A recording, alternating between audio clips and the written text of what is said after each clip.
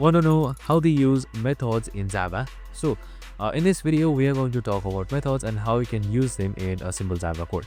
So we have this code with us right here. You can just simply copy up this code or just modify it by yourself. So I'm just going to show you how this code works. So methods simply let you group code and reuse for clarity. For example, creating a simple add method that makes two numbers add and returns the sum. So instead of repeating a plus b again, we just simply call it by saying return a plus b. So for that, we have also used a method. So under id sum, we have written add 5,10, which simply adds it. So this is our method right here.